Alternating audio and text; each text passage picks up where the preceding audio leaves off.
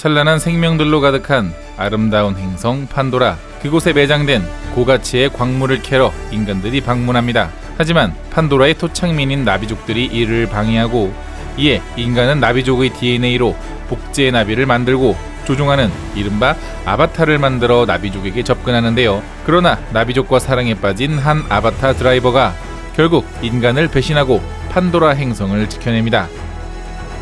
거기에 모자라 자신의 영혼을 아바타에 이식해버리며 아바타가 아닌 진짜 나비로 재탄생하며 막을 내리죠.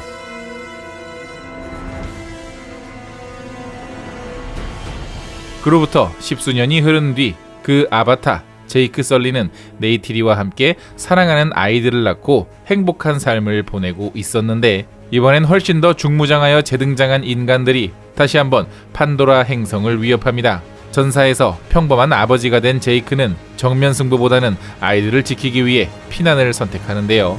그렇게 마주하게 된 종족이 바로 무르이 종족. 물론 인간이 판도라에 재방문한 이유는 단순히 복수 때문만은 아닙니다. 여기 방문하는데 돈이 얼마가 드는데 그런 사소한 복수 따위에 투자하겠어요? 복수는 부수적인 임무일 뿐. 하지만 그 부수적인 임무가 이젠 자신의 전부가 되어버린 나비족으로 재탄생한 쿼르치 대령과 그의 부하들. 과연 제이크와 그의 가족들은 무사히 물의 부족에 정착할 수 있을지, 쿼르치는 제이크를 향한 복수에 성공할지, 제이크는 가족 모두를 무사히 지켜낼 수 있을지. 아바타 2편 아바타 물의 길입니다. 네, 오늘 소개해드린 영화는 시사회로 먼저 보고 온 아바타 2편 물의 길입니다. 오늘은 엠바고가 풀리자마자 올라가는 영상이기 때문에 스포일러 리뷰가 아닌 감상하기 전 참고할 수 있는 수준, 그리고 이 영화에 기대하면 좋은 부분에 대해서만 설명드릴게요. 스포일러 리뷰는 개봉하고 좀 지나서 보신 분들이 많아지면 그때 다시 한번 같이 얘기해 보자고요. 참고로 이 영화를 도저히 내 취향이 아니라서 나는 절대 안 볼 거야 라고 하시는 분께 말씀을 드리면, 아바타 물의 길을 안 본다는 건 인류 역사상 두 번 다시 없을 최고의 극장 경험을 포기하겠다는 뜻입니다. 이 영화는요 그냥 미쳤어요. 설명이 안 됩니다. 이 영화를 보고 다른 영화를 보면은 그 영화가 오징어가 아니라 꼴뚜기로 보일 정도로 최고의 영화니까 더 긴 설명 듣기 싫으신 분들은 그냥 여기서 딱 끊고 예매하고 보시고 오시면 될 것 같습니다. 일단 첫 번째로 말씀드릴 건 이 영화 상영 시간이 꽤 깁니다. 3시간 10분인데 크레딧이 한 10분 정도라는 걸 빼면은 한 3시간 정도니까 이 영화를 보시기 전에 상영 시간을 잘 살펴서 가셔야 될 것 같아요. 왜냐면 이 영화는 한 관에서 많아야 5타임, 정말 많아봐야 6타임인데 6타임 정도 되는 상영관은 막 25시, 25시가 뭐야? 이런 경우도 있고, 내가 퇴근을 하고 보기가 좀 애매한 시간인 경우들도 있으니까 시간표를 잘 확인하셔서 극장을 가시면 좋을 것 같습니다. 그리고 이 영화는 될 수 있으면 콜라는 안 마시는 게 좋을 것 같습니다. 당신이 기저귀를 차고 영화를 보는 게 아니라면. 그런데도 굳이 마시고 싶다, 나는 극장에 가는 이유가 팝콘 콜라 때문이다, 무조건 먹어야 된다 그러시면 화장실을 갈 수 있는 타이밍을 제가 좀 알려드리도록 하겠습니다. 이 영화 중간에 물의 부족을 만나서 물 부족 생활에 적응하는 과정들, 그런 장면들이 좀 길게 나오거든요. 새로운 삶의 방식을 관객들에게도 소개하고 주인공들도 배워야 되니까 이 부분은 스토리의 중요성보다는 마치 그 내셔널 지오그래픽 다큐멘터리처럼 이렇게 어느 정도 나열식으로 진행이 되고 분량도 제법 길거든요. 이 바다 장면들이 연달아 나온다 할 때 요때 호다닥 다녀오시면 스토리 흐름을 크게 놓치지 않고 배뇨도 하고 좋을 것 같습니다. 상영시간 얘기가 나온 김에 말씀드리면 이 영화는 후키 영상은 따로 없습니다. 이 영화 1편도 그랬었는데요. 2편도 아마 3D 상영만 할 거예요. 제가 알기로 2D 상영을 극장에서는 단 한 번도 한 적이 없는 걸로 알고 있는데, 그럼 당연히 궁금하시겠죠. 아이맥스냐 돌비냐 궁금하실 텐데, 저는 개인적으로 메가박스의 돌비 3D를 추천합니다. 왜냐면 돌비 같은 경우에는 48프레임으로 영사가 되는 구간들이 있거든요. 화면이 훨씬 더 부드럽다는 뜻이에요. 그래서 눈의 피로가 덜 하기 때문에 기왕이면 보실 수 있다 그러면 돌비 3D를 추천을 드리는데, 이 정도로 얘기를 하면 이제 아이맥스 파에서는 아니 이 돌비에서는 화면이 위아래로 이렇게 잘리는데 이거 어떻게 좁은 화면비로 영화를 볼 수 있냐, 나는 이거 화면비 포기 못한다 라고 주장을 하실 수가 있겠죠. 그런데 화면이 잘리는 거지 스토리가 잘리는 건 아니기 때문에 영화를 보시는 데는 전혀 문제가 없습니다. 오히려 프레임이 더 부드러우니까 개인적으로 난 예전에 3D를 봤을 때 조금 피곤함을 느꼈어 라는 분들께는 돌비를 조금 더 추천을 드릴게요. 그러나 이 영화 일반 3D관에서 보셔도 전혀 무방할 것 같습니다. 왜냐하면 영화 자체의 화질이 그냥 달라요. 때깔 자체가 그냥 달라요. 너무 IMAX나 돌비에 목매지 마시고 뭐 근처에서 볼 수 있는 환경에서 감상하셔도 전혀 문제가 없을 것 같아요. 다만 3D 영화라는 화면의 특성상 앞줄이나 뒷줄 혹은 사이드보다는 당연히 중앙 쪽이 좋으니까 기왕이면 중앙 쪽 객석을 좀 욕심을 부리는 것도 좋겠네요. 자, 이 정도쯤이 영화의 외적인 정보들이었고요. 좀 내적인 몇 가지 이 영화의 감상 포인트를 알려드리자면, 일단 방금 제가 3D 얘기할 때 말씀드린 것처럼 화질 자체가 넘사벽입니다. 그 얘기인즉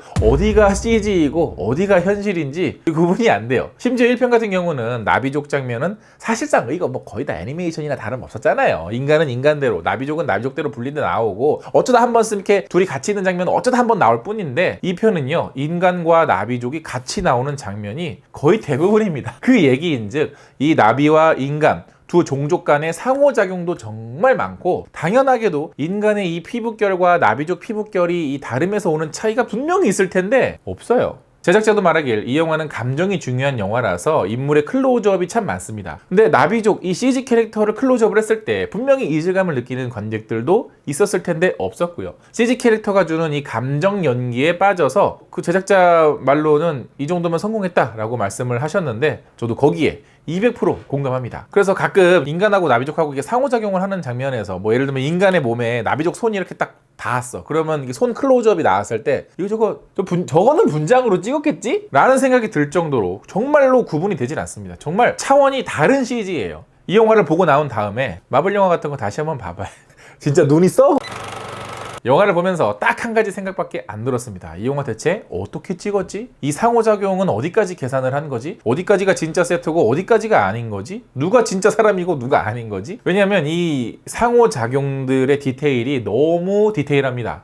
뭔 말이야? 굉장히 섬세하다는 거예요. 그냥 단순히 쫄쫄이 옷을 입은 배우가 현실 배우들 사이에 돌아다니는 걸 촬영한 다음에 뭐 그냥 그 위에다가 대충 이렇게 3D 캐릭터를 합성한 수준이 아닙니다. 제 머리로는 이해가 안 될 정도로 한 컷 한 컷 정말 섬세한 이 상호작용들이 있는데, 이런 것들은 분명히 계획해서 촬영을 한 거거든요. 애드립 같이 느껴지는 동작 하나하나까지 참 이 포착해서 찍었지라는 생각이 들 정도로 굉장히 디테일하고 섬세한 영화입니다. 뭐 제임스 카메론의 모든 영화들이 다 그렇듯이. 그러니까 화면 구석구석을 살피면서 봐도 감상해도 이 영화는 흠잡을 데가 없었어요. 게다가 이번에는 수중에서 배우들이 직접 연기를 하고 그것을 또 워터 퍼포먼스 어쩌고저쩌고 캡처를 했죠. 제목만큼이나 정말 많은 물 장면들이 나오는데, 아시겠지만 CG로 표현하기 정말 어려운 것 중에 하나가 바로 불과 같은 자연 현상입니다. 근데 이 영화는 물이 너무 리얼해요. 물속에 비치는 광원, 물속에 생기는 거품, 또 물 밖으로 나왔을 때 거품과 피부에 묻어있는 물과 머리카락에 묻어있는 물, 옷, 뭐 바위 표면, 동물 피부에 묻어있는 이 물의 잔상들이 전부 다 다르게 표현이 되고 있어요. 아까 말씀드린 것처럼 구분이 안 됩니다. 구분이 된다면 진짜 당신은 천리안. 자, 그리고 전편의 주인공 캐릭터는 바로 제이크였죠. 제이크는 사건을 만들고 이끌고 그 중심에 있었던 캐릭터입니다. 그런데 이번엔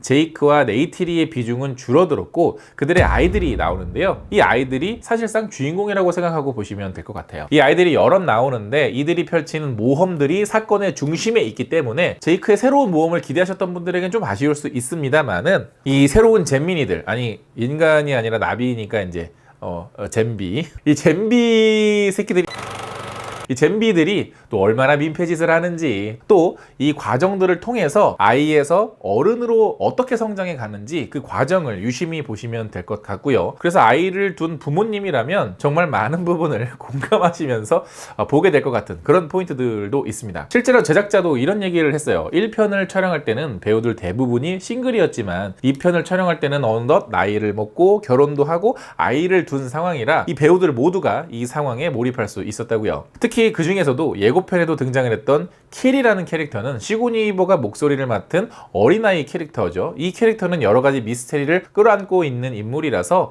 이 캐릭터가 어떤 미스터리를 품고 또 이 떡밥과 미스테리들이 영화가 진행이 되면서 어떻게 풀어지는지 그 관찰하는 재미들도 분명히 있습니다. 자, 그리고 이 영화는 시리즈로 제작이 되었고요. 현재까지 4편의 1막까지는 촬영이 되었다고 얘기를 하셨는데, 사실 이쯤 되면 시리즈 영화는 이거 결말 나오기 전에는 난 안 보는데 라고 생각을 해서 어느 정도 이 피로도 때문에 거부하시는 분들도 계실 것 같습니다. 물론 제작자가 얘기하기를 한 편 한 편 독립된 이야기가 진행이 된다라고 얘기를 했고, 다만 이 5편이 다 나왔을 때 이걸 다 모아서 봤을 때는 마치 하나의 거대한 사가처럼 보이게끔 계획을 했다고 했으니까 너무 이어지는 시리즈 전편을 봐야지만 이해할 수 있는 내용들까지는 염두에서 보실 필요는 없고요. 1편의 상황들이나 1편의 캐릭터가 재등장을 하잖아요. 이런 것들을 이번 편에서도 아주 상세하게 다시 한번 설명해주고 있기 때문에 굳이 전편의 세세한 부분들까지 기억할 필요는 없을 것 같습니다. 그러니까 여러분들께서는 이번 편에 새롭게 등장하는 요 아이들이 어떻게 다음 시리즈에서 변하게 될까? 이런 것들을 예측하면서 보시는 것도 좋을 것 같아요. 왜 그러냐면 처음에는 이 여러 아이들이 다 비슷비슷하게 등장을 해요. 그냥 서로 장난치고 아버지 엄마 말 안 듣고 그런데 이 영화 속에서 시간이 지나고 여러 가지 사건들을 겪고 흐르면서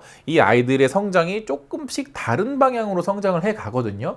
그런 점을 유의 깊게 살펴보시면 될 것 같습니다. 자, 제이크의 비중이 줄어들었다는 점에서 전작의 토르쿠 막토보다 더 강한 어떤 괴물과 교감을 해서 이런 것들을 기대하셨던 분들에게는 조금 아쉬울 수 있으나, 중요한 거 제임스 카메론이 뭘 잘합니까? 액션 하나는 진짜 기가 막히게 뽑잖아요. 이 영화의 액션은 전편보다 훨씬 잔인해지고 리얼해졌습니다. 전에는 그냥 이렇게 총 쏘고 맞고 으악하고 쓰러지는 정도로만 이 영화의 폭력 묘사가 되었다면, 이제는 그냥 대가리에 화살 꽂아버리고 팔다리가 잘려나가는 식으로 아주 리얼하게 묘사를 하고 있어서 언뜻 감독이 바뀌었나? 라는 생각이 들 정도로 전편과 액션의 색채가 확 달라졌는데요. 물론 이 영화가 앞으로 어떻게 어떤 주제로 풀어나갈지는 그 다음 편에 대해서는 모르겠습니다만은, 이 영화를 보면서 이런 생각이 드실 수 있을 것 같아요. 과연 나비족의 방식이 무조건적으로 옳은 걸까?에 대해서 의구심이 하나씩 들게 만들어주는 연출입니다. 이 얘기인즉 의도된 연출이라는 거죠. 얘네들이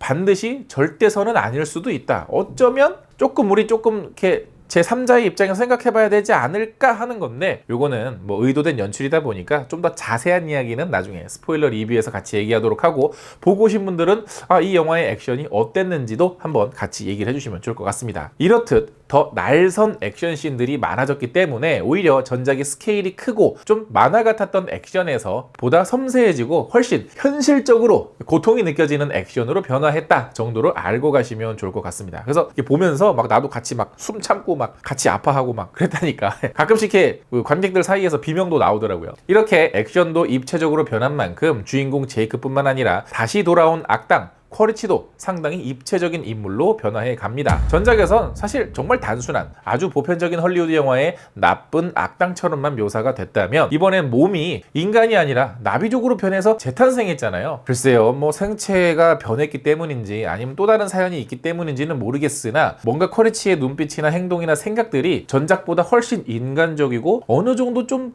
이렇게 부드러운 부분이 생길 것 같은데 라는 생각이 들 것 같습니다. 그리고 그것들이 또 이 영화를 예측하지 못한 방향으로 흘러가게끔 이끌어가고 있다. 이 정도로만 예상을 하시면 될 것 같습니다. 그리고 또 하나, 제임스 카메론 감독은 타이타닉부터 아바타, 에일리언 2, 터미네이터 시리즈까지 정말 상업영화 감독의 그 정점에 있는 감독이죠. 그렇다 보니 평론계에선 그렇게 대단한 예술적 성취까지 이룬 감독은 아니다라는 평가도 덜어 있습니다. 특히 전작 아바타는 스토리도 워낙에 평이했고 기술적 성취에 비해서 여전히 조금 확실히 아쉬운 부분들이 있었던 것도 사실이죠. 물론 저는 그것보다는 훨씬 더 높게 평가하는 감독이지만, 그런데 이번엔 드디어 본인이 하고 싶은 영화를 이제서야 만드시는 것 같아요. 가령 어떤 영화의 오마주나 또 과거 헐리우드 어떤 영화의 이런 오마주들이 있거든요. 그런 장면들을 의도적으로 연출하는 것들을 보면 이 영화는 단순한 이야기에서 조금 벗어나서 훨씬 더 입체적인 시도를 선보이고 있고요. 그에 따른 수많은 해석거리를 또 관객들에게 던져주고 있습니다. 있습니다. 그래서 중간에 등장하는 바다 생물과 이번 편에서 새롭게 등장하는 인간들의 판도라 재방문 목적 등도 그냥 단순하게 악당, 뭐 나 복수하러 왔어, 뭐 이 정도의 그냥 아주 그냥 심플한 서사가 아니라 그 밑에 그 내면에 훨씬 더 많은 담론거리를 제공하고 있어요. 단순하게 재밌는 영화였다 라고 볼 수 있는 오락 영화이기도 하지만 보고 나와서 좀 진지하게 고민해보고 생각해볼 거리를 훨씬 더 많이 제공하고 있다는 점에서 확실히 그의 전작들과는 좀 다른 결이 있는 그런 영화였습니다. 아마 이 영화가 개봉된 이후에 정말 많은 커뮤니티나 유튜브 같은 데서 한동안 아바타 관련 소재의 이야기들이 많이 돌아다니지 않을까. 단순히 아까 말한 이 잼비들이나 미스테리, 떡밥뿐만 아니라 인간 쪽에서도 생각할 거리를 많이 제공을 하고 있거든요. 그리고 제작자와의 인터뷰에서도 앞으로도 또 남은 시리즈에서 새로운 위협들이 또 등장할 예정이라고 하니까 영화는 영화대로 즐기고 또 영화를 보고 나오셔서 이 영화에 대한 여러 가지 해석은 해석대로 즐길 수 있는 그런 영화가 된 것 같습니다. 자, 개봉 전에 리뷰를 올리는 거라서 제 기대만큼 많은 분들이 보고 재밌게 즐겨줄지 아니면 개봉 후에 전혀 예상치 못한 반응으로 흘러가서 호불호가 엄청 갈릴지는 모르겠습니다만은 이 영화의 결과가 좋고 나쁨을 떠나서 얼마 만에 이렇게 개봉 영화에 관심을 가지고 얘기할 수 있는 이런 영화가 얼마나 반가운 일인지 새삼 깨닫게 되네요. 무슨 압구정에 성형 빌딩 세우는 아무도 관심 없는 그딴 이야기 말고. 자, 스포일러 때문에 많은 이야기를 드릴 수는 없었지만 영화를 보러 가기 전 요 정도는 준비하셔라 차원에서 설명을 좀 드렸습니다. 저도 이 리뷰가 올라가고 개봉날에 다시 한번 관람하고 영화를 보고 오신 여러분들과 한 번 더 이야기를 나눠보는 시간을 가져보도록 할게요. 저는 다음번에도 여러분의 극장 경험을 한껏 채워줄 영화 이야기로 돌아오겠습니다. 지금까지 같이 영화 보는 남자 엉준이었습니다.